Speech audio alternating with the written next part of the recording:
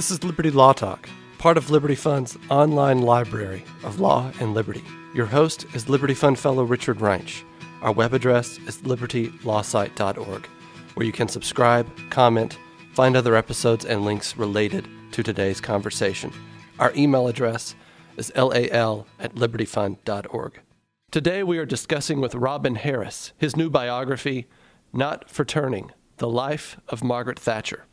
Robin Harris was a speechwriter and policy advisor to Margaret Thatcher during her premiership and became one of her most closest political advisors. He also drafted the 2 volumes of her autobiography. Robin, glad to have you on the program. Glad to be with you.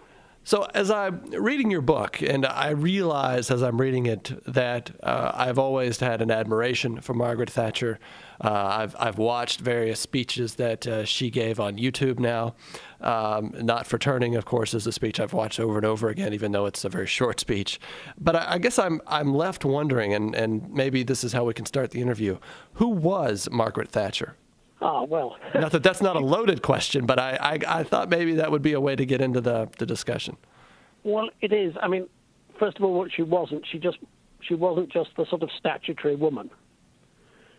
She actually quite well recognized that in the political society, British political society, in the first few decades after the war, I mean, you were treated as being the statutory woman, and she was the statutory woman in Macmillan's cabinet. Well, not cabinet, in his government, and so on. But she wasn't just a sort of another woman, and she didn't just get on because she was a woman, and she wasn't held back, for that reason and so on. So we shouldn't just look at her as being the statutory political woman or the ideal political woman, or anything of that sort. She was a very rounded personality.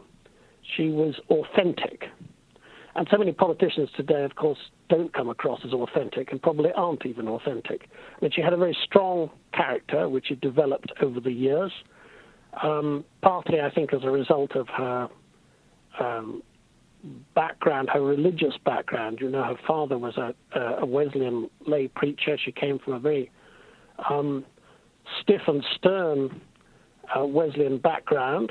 And although she herself wasn't always stiff and stern, I mean, that certainly had an impact on her. And she had beliefs. She didn't just have opinions. And having beliefs is rather disorientating for many conservatives, or at least the old-fashioned conservatives, because they were really self-proclaimed pragmatists, and in many cases, certainly in Britain, undoubted cynics. And she had a sort of fire and zeal which came from her authenticity, from her beliefs, from her background. And all of this was actually magnified, I think, because she had an extremely strong and passionate and fiery personality. People, when they get into high office, and the very highest offices, they do gain a certain magnetism. They do somehow become a little bit larger than life. Partly it's just the effect of media attention, but it's just one of the things that happens to people, both for good and bad. But even after she left office, she really could fill a room. She was a small woman, but she was a life force. So I suppose, yes, I mean, she was an authentic, unique individual who left an enormous imprint on Britain. That's who she was. Let me ask you, thinking about that you have this observation that more than any other prime minister the last few decades in Britain, she was made by her upbringing. And I suppose you've kind of alluded to that in your answer. Another question, though, that comes to mind: how does she come to a conservative philosophy? I mean, it's when I read your book and we read about her upbringing and her father, and so it's something of a successful small businessman, self-made, really, I mean, I think he, as you point out, he builds 2 or 3 more businesses out of his initial success. That's right. And so I guess in one ways she breathes it in; it just becomes a part of her. But is there something else that leads to this sort of commitment to the market, to limited government, to rule of law, and actually thinking that the government actually should be a servant to all of these sorts of freedoms rather than intervening all the time? Yes. the thing is that in Britain, at the time that she got involved in politics, the old Conservative Party, which was heavily aristocratic, and if they weren't aristocracy, they were nearly all, first of all, they're nearly all men, but they'd nearly all been to public schools, which, as you know, are your private schools. And they knew each other. They were members of the same clubs. They had a sort of de haut en bas view of society. It doesn't mean that they were bad people. They weren't, but they really didn't think that business mattered that much. They didn't understand it very much, and they sort of understood. I suppose I'm thinking about the Macmillan times now in the 50s. They sort of understood that people near the bottom of society wanted to get on, and they sort of understood that business was important and so on. And they also started to understand that people wanted to own their own homes, but they didn't feel any passion for this, and they didn't really understand it because they were people who inherited their wealth. They didn't make it in business. Actually, Macmillan himself was reasonably successful, but as a publisher, but again, it was an inherited business.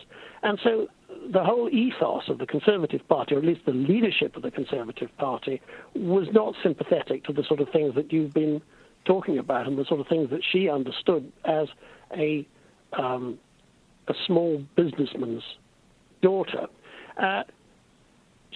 But the combination, I would say, of free economics plus a very strong feeling that you've got to stand on your own feet and be personally independent and responsible in your life, that these sort of things which you and I can see are really the essence of conservatism in an Anglo-Saxon sense in your country and mine, that are fully grasped now.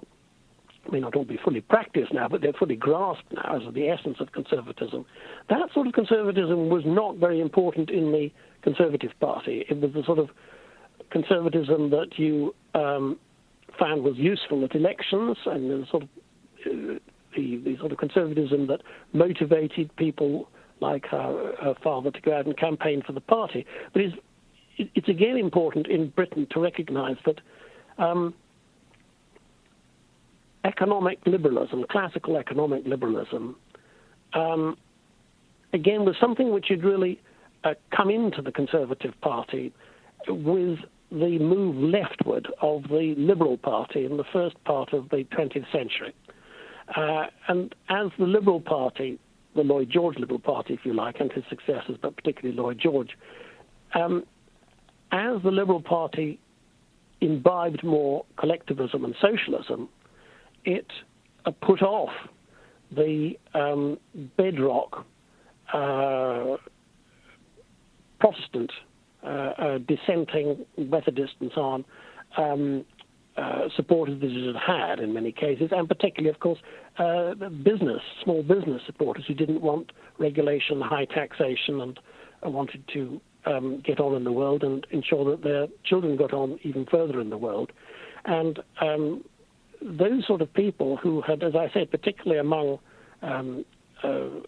dissenters, non-Church of England people, who've been very close to the Liberal Party, they moved away. And her father, there's no evidence that her father was actually a member of the Liberal Party and came over to the Conservatives. Certainly, I remember questioning her about this, and she said she'd always remembered him as a Conservative, but I think that probably in his early years he would not have been. And certainly people like him a few years earlier would not have been. But she absorbed these conservative values, which were far from being fully absorbed by the Conservative Party until she got them to be absorbed by the Conservative Party. Thinking about, and this theme which fascinates me, and I want to get to Thatcherism and her time as Prime Minister and her time in the Heath government, which you described very well, and how what she learns then and how that propels her into leadership. But this theme of her formation, I thought so interesting, and several points that stand out. One, I think, unavoidably after the end of World War II, is watching labor come to power and initiate a series of social democratic legislation, entitlements, interventions in the economy that I think are largely, beyond the pale of what we've experienced in America and just how deep it went. Right. And I think it seems to me that left a mark on her, in particular watching Winston Churchill be turned out, whom you write about. She loved and admired greatly, particularly his speeches. And in fact, she gives a speech, which I want to just briefly mention, which in 1946, so she's already actively campaigning for the Conservative Party. She would have been, I guess, in her early 20s. She gives a speech, and it's in response to calls for the Conservative Party to be more open to the common man. Of course, she says we need to reach out more, all that sort of business. But in the direct quote, we cannot forget the need for the uncommon man. And I think that is so instructive, because that's a problem in any democracy, is that sort of mediocrity, egalitarian ethos flattens out everything, and you really can't even comprehend a leader like Churchill, except in an emergency situation, or even Thatcher. I think that's why that quote just really stands out to me, because of the influence she comes to have. Another one, or the thing that she picked it up actually from one of the Methodist preachers, but she adapted it to a political context that I'm sure he didn't intend it. She always said that in the end we owe everything to the few, and she wasn't actually particularly thinking about economics there, but she was actually saying that a few individuals will always really make things happen. Yeah, and that insight is the opposite of what you might call populism, and therefore you often don't find it being articulated by conservatives, because if you do articulate, people say that you're a snob or an elitist or something, which obviously was actually not in any case true of her. I think she didn't come from that background. She wasn't an elitist in that sense.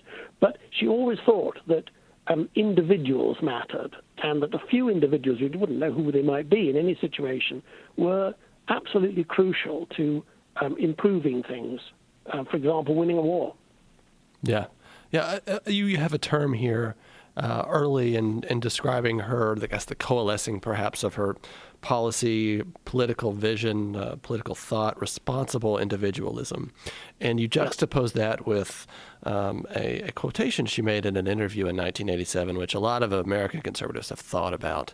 And the quotation was, she was asked about societal aspirations, et cetera, and she says, quote, "There's no such thing as society." And a lot of people have always taken that to mean, or say in America, well, she was actually much more classical liberal, if not libertarian, than, say, a counterpart, contemporary Ronald Reagan was, to make that sort of statement, because Hayek, Milton Friedman, and others made those sorts of comments. And so is there a sort of intellectual tracing or influence there on her own thought? And you say there's not, and it comes down to this responsible individualism. And I wanted just to get you to talk about that for a minute. She shouldn't have said what she did actually say in that interview. I mean, the thing is, what she said was brilliant. What she said was true. But there are some things that it's inexpedient to say in certain circumstances. But actually what she did say was absolutely right. And the context was that people were saying, well, she was being asked, people there are people without jobs, there are people without housing, there are people who want better health care and this, that, and the other. What is society going to do about it? And it was in response to that. And when she said there's no such thing as society, what she meant, and indeed went on, and it's worth reading the full quote, what she actually meant was that in the end, society is you and me. And that when people say society should do something, in practice, they just actually mean the state should do something. And she then went on to say that people are talking about rights all the time, your right to a better health care, your right to a job, your right to education. She said, but all rights, all these entitlements, as she put it, too, people are talking about entitlements, but they all begin with duties. It's because somebody has to pay, or somebody actually has to act. And the duties come first, really. And just concentrating on the rights, you have a right to this, that, or the other, just puts more and more responsibility onto the state. and although she didn't develop the argument to quite this next stage, she would certainly have agreed with what I'm about to say, that when you do that, of course, you increase coercion in society, because the only way that the state can provide for all of these individual wants is by higher taxation and greater intervention in people's lives, so it reduces their freedom. Yeah. And that was the background to that remark. Yeah, no, thank you for providing that. I think that's always been something that I've wondered about. When 1950 election you write about, and I think this is a part of the responsible individualism, and you say this is proto-Thatcherism. That's already evident in her platform, and so that seems to speak. How much did she really change her mind over the course of her career here? And we already see these sorts of ideas present. Of course, you write about a lot of ways that she develops this further, and her own mind is developed by certain intellectuals, certain classical liberal intellectuals in England, kind of challenging, I guess, stale, regnant ideas. But the proto-Thatcherism that we already see in the 1950 election, what was that? Well, again, it's best to put this in context. That, sure. You, in fact, mentioned rightly the big program of socialism in the 1945 Attlee government, and the 1950 and indeed 51 general elections were fought against that and against that background, and Britain was obviously not becoming a communist country in the sense that we were not actually moving from allegiance to the United States to allegiance to the Soviet Union. We were not becoming a communist country in that sense, but in the sense of actually the takeover of the commanding heights of the economy and the handing over to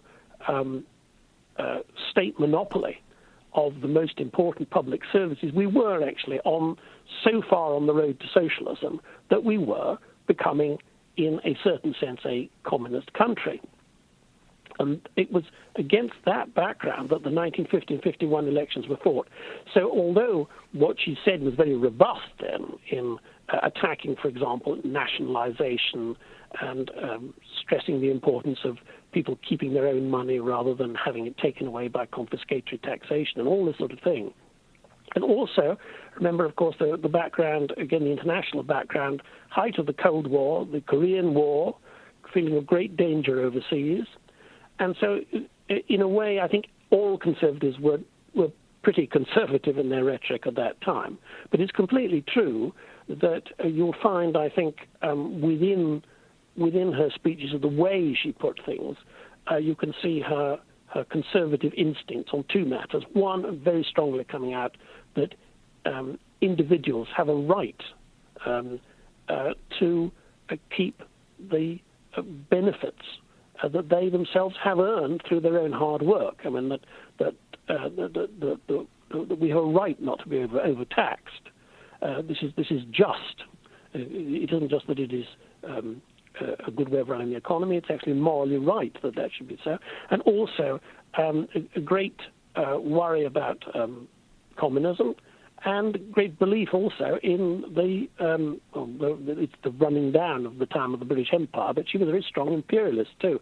She believed in the British colonial achievement, civilizing achievement, which she came to associate very closely with America's later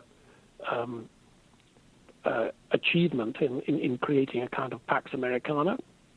And so, yes, you can certainly see proto-Thatcherism there. But as I say, I just caution you against thinking that this was that unusual then, because I think it was a very sharply ideologically fought campaign. Yeah. I want to ask you, and I think this really ties into this discussion we're having, and also something that you said earlier, and you talked about her role within the Conservative Party. And I guess as you're talking, I'm thinking the Conservative Party you're describing, that part being led by aristocrats and kind of making a virtue out of pragmatism. or I guess maybe even some sort of light Burkean conservative thought, is a very Oakeshottian conservatism, perhaps, in the sense of just trying to manage, perhaps, and avoid ideologies of any kind, and just try and make the best of things as they are. You say there's really two ways that Thatcher differs, and it's at the level of principle. One is rejects the consensus approach to politics in favor of a contest of ideas. She refers to herself as a conviction politician. Second key idea is the rejection of the idea of participation, which politics and policy will just be better if we get more people involved and citizens more engaged. That's something one hears in America all the time from progressives, from our liberals.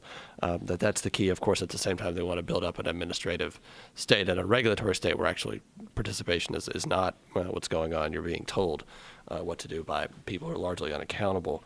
But I want to think through those two ideas, because rejecting the consensus approach, in large measure, I would imagine in Britain at the time, there was a consensus around a large state and an intervening state.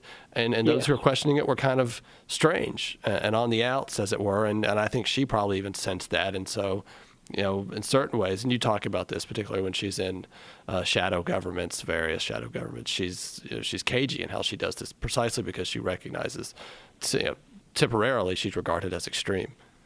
Yes, that's right. That's quite right. The phrase that was bandied about, and I don't know whether you actually had it so much in America, but here it was the mixed economy. And the mixed economy was what everybody was meant to believe in. Now, the only thing that conservatives and socialists, under this particular scenario, were meant to differ about was precisely what mix it was. And indeed, there wasn't really a great deal of difference about that. Because the socialists would nationalize, and the Conservative Party might, try and denationalize a little bit, but normally by the time, as with steel or aerospace or something like that, by the time they'd actually got any legislation through, the Labour Party were back and renationalized it again. So we didn't. So basically, the fashionable view was, well, what we really need is a consensus, an agreement about what things the state should do, what things should be left to private individuals and businesses and so on. And this, of course, mirrored the international view, which was that in the end there would be some kind of coming together of capitalism in the West and socialism from the East. There would be some kind of agreement, again, a kind of an agreement about what the functions of the state were and what the values in society should be and so on, and that there were no real final victories.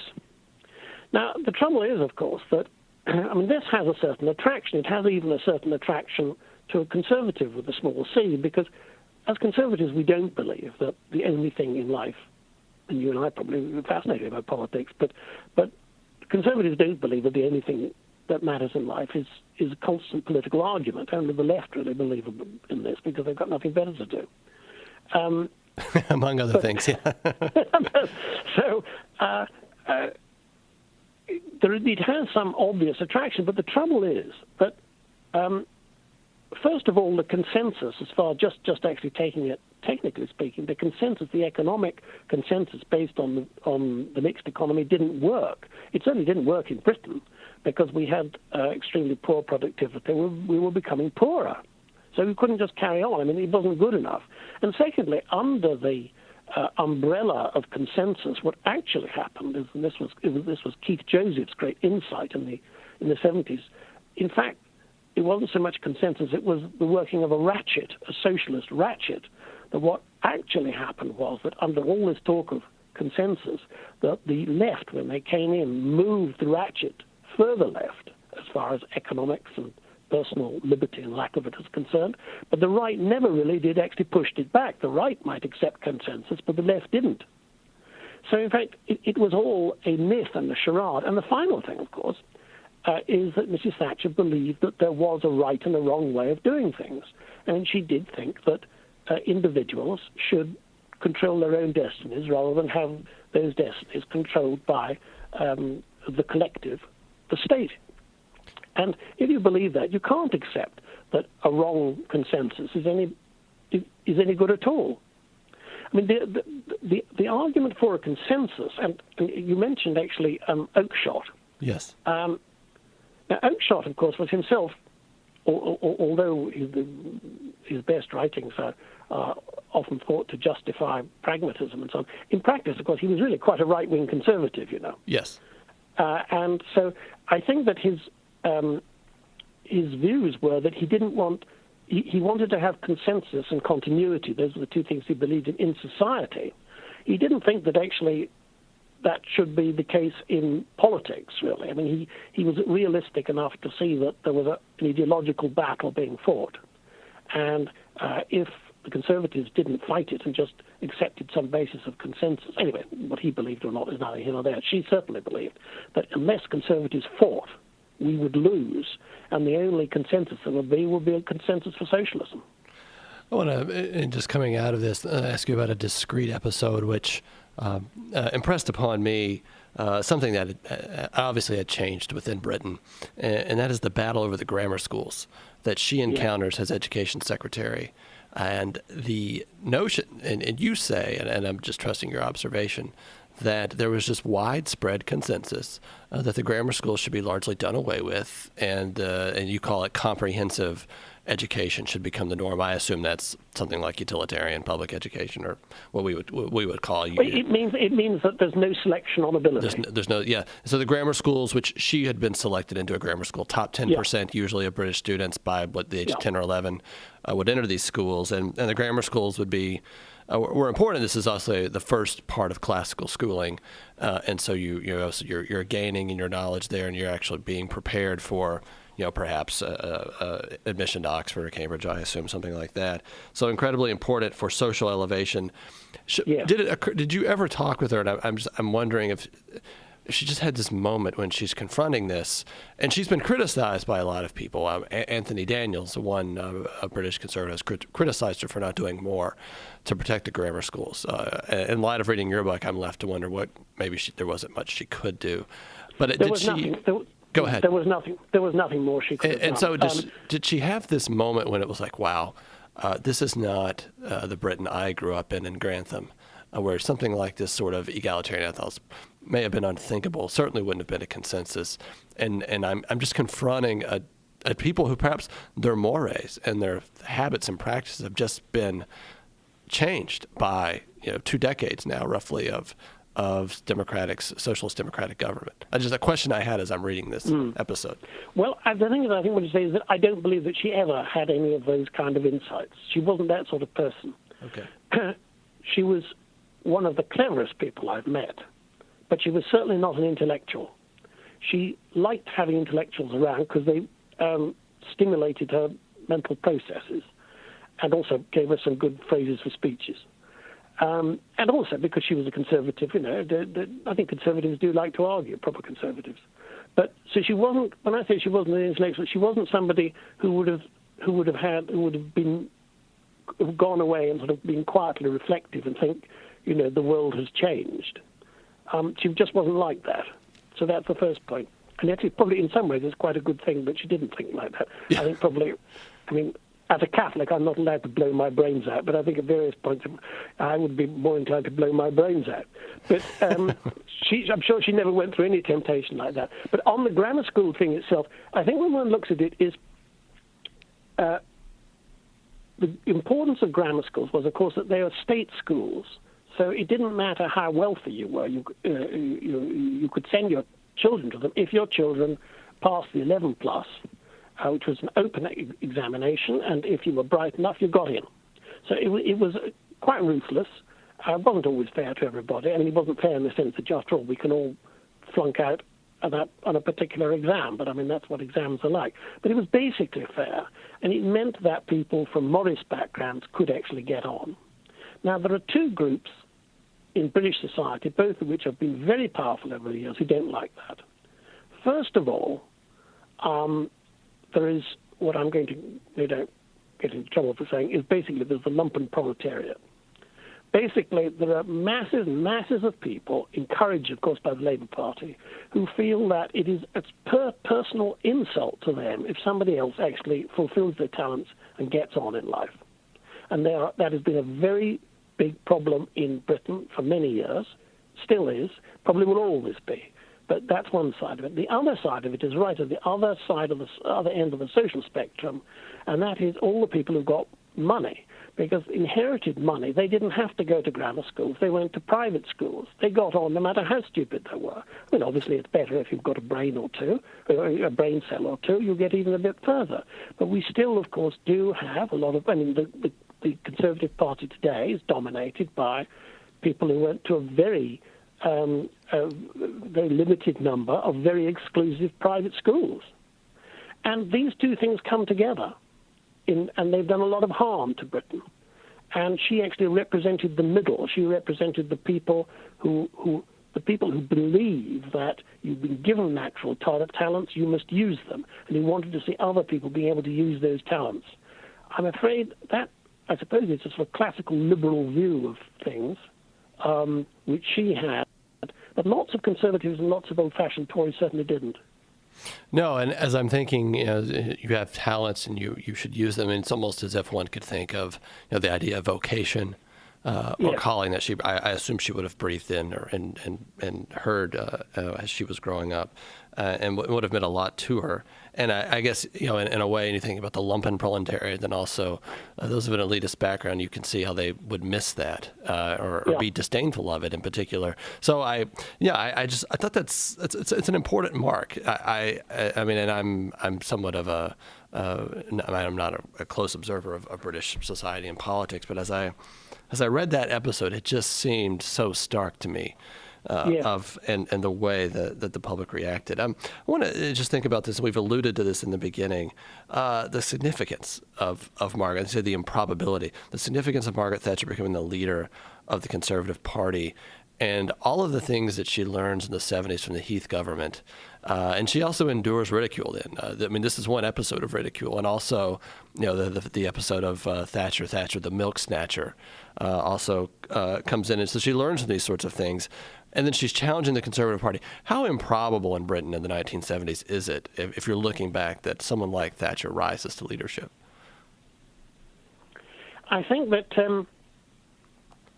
Or is it, or maybe the first question we should ask, in light of some of the things that you've written, a lot of people have talked about Britain in the 1970s, is that the stage, that what Britain was becoming in the 1970s, as was evident in just decline of living standards, the power of the unions, all these sorts of things working, did they, I guess, perhaps create that crisis for the uncommon person to rise?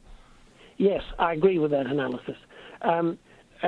We had gone so far down the wrong route that we were either going to go even further down that route to a destiny that most people did not want, which was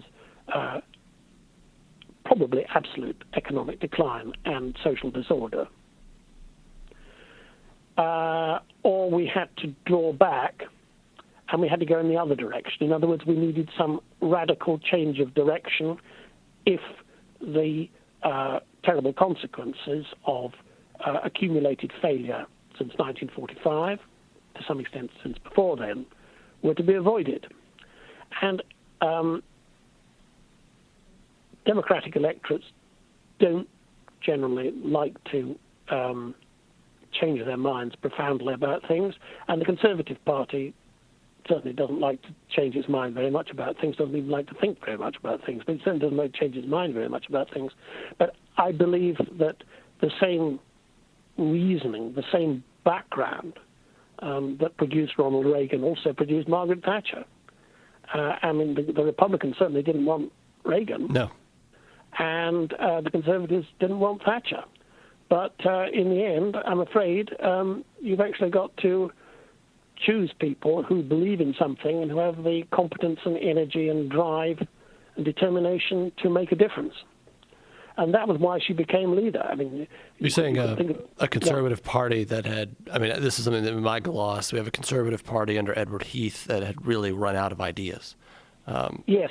Well, in fact, it had run out of ideas. It had tried some, early on, it tried some of what you would think of as being Thatcherism, really. I mean, it came into power, for example, it said that under no circumstances would there be a prices and incomes policy. Well, In fact, within 2 years, we had wholesale bailouts of industry, we had massive intervention, we had nationalization, and we had the most systematic and detailed control of incomes and prices and so on that there's ever been in Britain, which of course again has parallels, of course, with you and Nixon in the United States.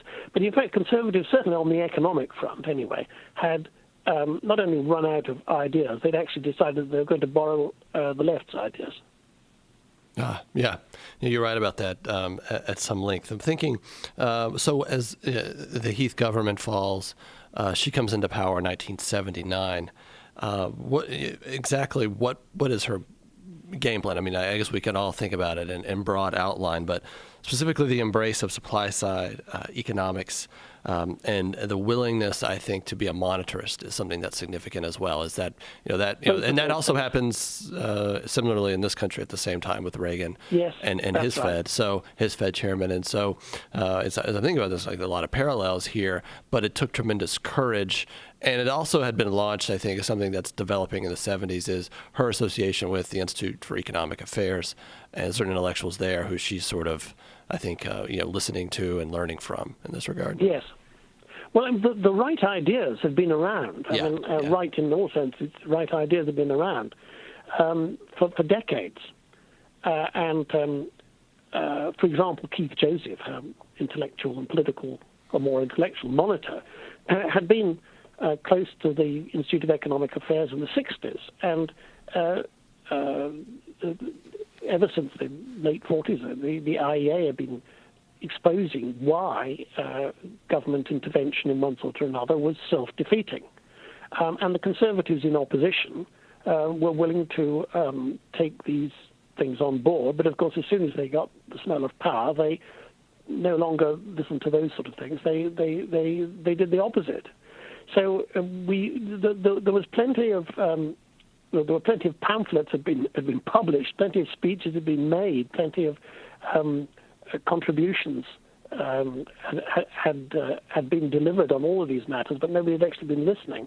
And you're quite right. I mean, the two key aspects were monetarism, which was it wasn't completely new in practice in Britain, because the International Monetary Fund in 1975 to 6 had imposed something like monetarism on the previous Labour government, and there had been control effectively of the money supply, domestic credit, and also big real cuts in public expenditure had been enforced on the Labour government. So it had been tried, but not actually practiced with any conviction.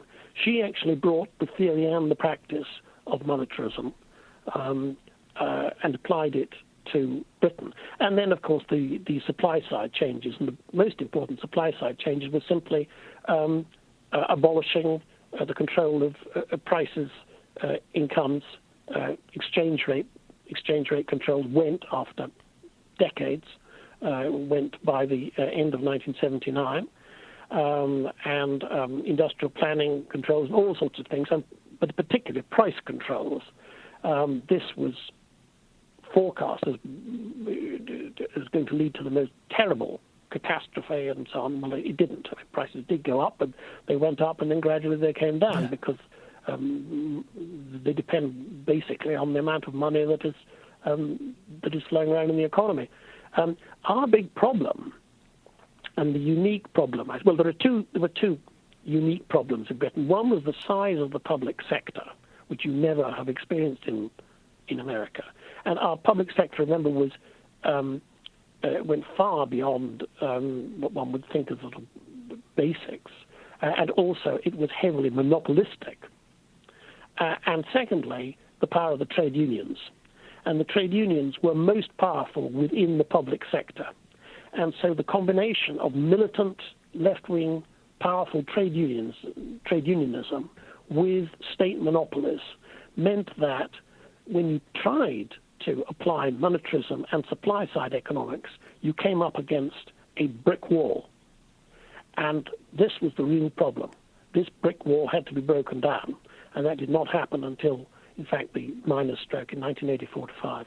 Yeah, I wanted to ask you about that one in particular. I mean, she experiences a much stronger form an intense pushback against her economic program, and she realizes, and I think what part of this is this unionized economy, or I guess what nationalized industries plus a lot of those guys are union, I guess. Yeah, that's right. And then you've got union guys in the private sector as well that aren't national. But so you've got all these things to deal with. I mean, you write about so even like the funeral workers went on strike at one point, yes. and you couldn't bury your dead. Health workers go on That's strike. People with cancer weren't getting treatment. So that's, truly, public spectacle. I should just interrupt. That, of course, that strike, remember, occurred under the Labour Party. Okay, I apologize. No, it isn't a sort of silly point. What I'm saying is that the whole basis of, well, if you might call it, the consensus, really, the mixed economy consensus had already collapsed. It did collapse, yeah. It had already collapsed. And, of course, if it had not so graphically collapsed in the winter of 78 to 9 before we came in, well, first of all, I'm not sure we would have won a majority anyway, but also we wouldn't have got the support of many ordinary trade unionists who looked back on what had happened when you say when the dead were unburied, laying unburied, and cancer patients couldn't be treated. This happened under socialism. So it's really quite important to remember that the whole socialist fiasco is no less of a fiasco even when the socialists are in power. We should keep on reminding the left of that, I think. No, I think that's important. She did deal with the miners' strike, which you alluded to. That's right. And there really was. I mean, she saw this as something of a war. I think that's fair to say. It was like a war. I was the main political advisor. Well, I was the only political advisor to the Home Secretary, who is responsible for the policing of Britain during that strike. And it was like a war, yes, because every day the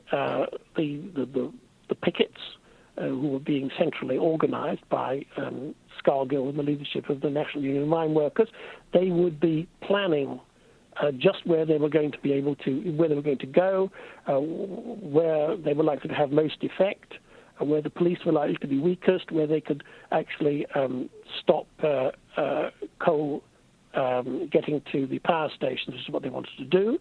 And it was a year of very like a war. I mean, this is fascinating as well. The National Association of Mine Workers Union. Sorry, I don't have the title right there. It turns out, as you read about, they're actually receiving material support from the Soviet Union. They had moved their assets offshore. I mean, this truly was an association that did not have the interests of its own country. No, that's right. I mean, it's just really despicable. Well, they had decided. One has to again recognize that the left in Britain was, I'm talking about the hard left. The hard left in Britain, throughout the Cold War years, they were basically out to destroy the country. Now, that might sound like Colonel Blimp, but Colonel Blimp on some occasions may have been right. They really were out to destroy the country. And the country in the sense of the existing system in the country. I mean, that seems a fair way of putting it. In other words, undermining capitalism and destroying parliamentary democracy as it was operating at the time, and ensuring that the rule of law did not apply. That seems to me to be just about destroying the country. And in this struggle, they certainly saw the Soviet Union and various other pro-Soviet powers, like Libya, for example, as being their allies rather than their enemies. And so this was a hard ideological battle which was being fought, and it could only be won actually if you were equally hard and ideological in dealing with it. And what had happened is that the 1983 general election was a catastrophic loss for the Labour Party. They did terribly badly, and so once that had happened in the summer of 1983, the trade unions who'd been fairly quiet in the previous year or two, they were basically given their head, and at the head of the head, as it were, the key militant force was the National Union of Mine Workers, that no restraint was going to be applied to them by the rest of the left. They were going to be allowed to try to bring down the government. And remember, they had brought down effectively the Heath government in 1974. they thought they could do it again, and they nearly did. Yeah. But nearly is not enough. Yeah. No, crucial. I thinking, and I know this has been discussed endlessly, is looking back over her time and thinking about what she actually achieved, what she didn't achieve. I suppose the measure of that is what actually stuck once she left. And there was a parliamentary system. Yeah. Obviously power flows differently than a separation of power system, but I suppose she did shrink public spending as a percentage of GDP. I'm not sure if she did in absolute terms. And then I guess your public sector is still... not in absolute terms, but, I think it's legitimate to say that, that actually what really matters is a share of the nation's wealth. And economic growth grew dramatically. And then I suppose the public sector remained largely unchanged. I mean, we had privatized industries, but a number of industries, right. But in terms of, we still have a very, I would say, active... 60% of state-owned businesses were privatized. Yeah. 60%. And public expenditure as a share of GDP fell well below 40%. And for the last 2 or 3 years, 3 years, we were actually repaying debt. So, that is a very substantial turnaround. Looking back, do conservatives in Britain today look back at Thatcher as a benchmark, as a model? Conservatives in America do this all the time with Ronald Reagan. In fact, I think it's actually somewhat dysfunctional, given new challenges, new opportunities that need to be seized. Does this happen in Britain? And then also just thinking about Tony Blair and Gordon Brown, how did they adjust and moderate to changes that Thatcher had made? Gordon Brown spent a lot of money. And also, I remember Britain under the trailing part of his time being placed under watch, I think, by an international body for the public spending that it was doing. So, I guess I'm just trying to think through, what actually was achieved here. Well, I think the long term changes that were most important were the reform of trade unions, and the reduction in trade union power. And this was crucial because we wouldn't have got foreign investment going, and we wouldn't have got the big increase in productivity. Now, the productivity in Britain is too low, and in fact, it's actually, this is quite worrying, been declining despite the recent recession. But historically speaking, under Thatcher, we rose from what had been 12th in the international productivity lead to 5th. There was a big increase in productivity. That would not have happened without the reduction in trade union power.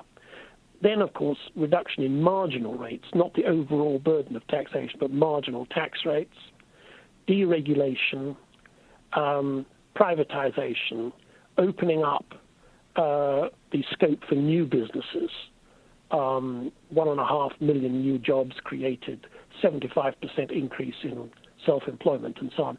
These things, this change of direction, this shift, which was partly psychological, but also practical too in the economy, that's not been reversed. And Gordon Brown had an attempt at the end, under the shadow of the banking crisis, to do some of this, and started to say, that Thatcherism or the capitalism had failed. Well, the general electorate decided in 2010 they didn't agree with him, and so we might not have an ideal government. But the present government does broadly accept it. It might not like the Thatcher tone, but it broadly accepts the Thatcher economic analysis. When you look at David Cameron and his government now, do you see a party returning to aristocratic roots and that sort of thinking, or is it still a party you think led by kind of a middle-class ethos that Thatcher had, and which seemed to really jive well with classical liberal thought, or is there something else emerging that's more of a management-style philosophy? Well, I think it is. There was a reaction against Thatcherism in all respects in certain areas of the Conservative Party, the so-called modernizers. I think there are some modernizers in the Republican Party, and they may do almost as much damage as as the modernisers and the Conservative Party have done. I don't know. Let's hope not. But anyway, our modernisers, they wanted to be modern because they thought that Tony Blair was the real model rather than Mrs. Thatcher. And Cameron and his aristocratic friends, or certainly very well-heeled friends, are very much of that way of thinking. And they tried this. It almost lost Cameron the leadership when he was in opposition, because, of course, what happened was that the sort of the modernising, softer kind of Conservative didn't really want to talk about economics at all. They wanted to talk about, for example, climate change. But then we had this banking and economic crisis in 2009, and suddenly the Conservative Party found it didn't actually have an economic policy. So it dreamt one up fairly quickly, and basically what they have been doing is a sort of Thatcherism, because there isn't really any other way out. I mean, if you're spending too much money, you're borrowing too much money, then you've got to stop. And what they have not managed to do is to reduce taxation. And she found it quite difficult to reduce taxation, but I don't think that, unfortunately, the present Conservative leadership quite understands the demoralizing effect of high marginal tax rates. And they're far more interested in appearing to be caring and compassionate and just, all of which is very nice to be. But the most important thing is to get the economy, well, the economy is moving again, but getting the economy to move in a sustainable way, year after year, because it's more efficient. Anyway, I don't want to downplay, but they have had some successes, but they turned away from Thatcher, and now, with some reluctance, I think they've turned back to her. So maybe a fair way for us to end our discussion is post-Thatcher, not in the sense of in the sense of I don't understand myself as a Thatcher acolyte or disciple, but largely influenced and in the shadow of her policies and ideas, even even in spite of themselves. Yes, I think that's a fair way of putting it. Yeah. Personally, I'm a whole hog Thatcherite. Yeah, well, that was obvious to me in reading your book. Robin, thank you so much for discussing Not at all. the book. It was very enjoyable. Thank you so much for this. I really appreciate it. Thank you. This is your host, Richard Greinch, and you have been listening to a podcast that can be found at libertylawsite.org, where you can subscribe, comment, and find other episodes and links related to today's conversation. Our email address is lal@libertyfund.org.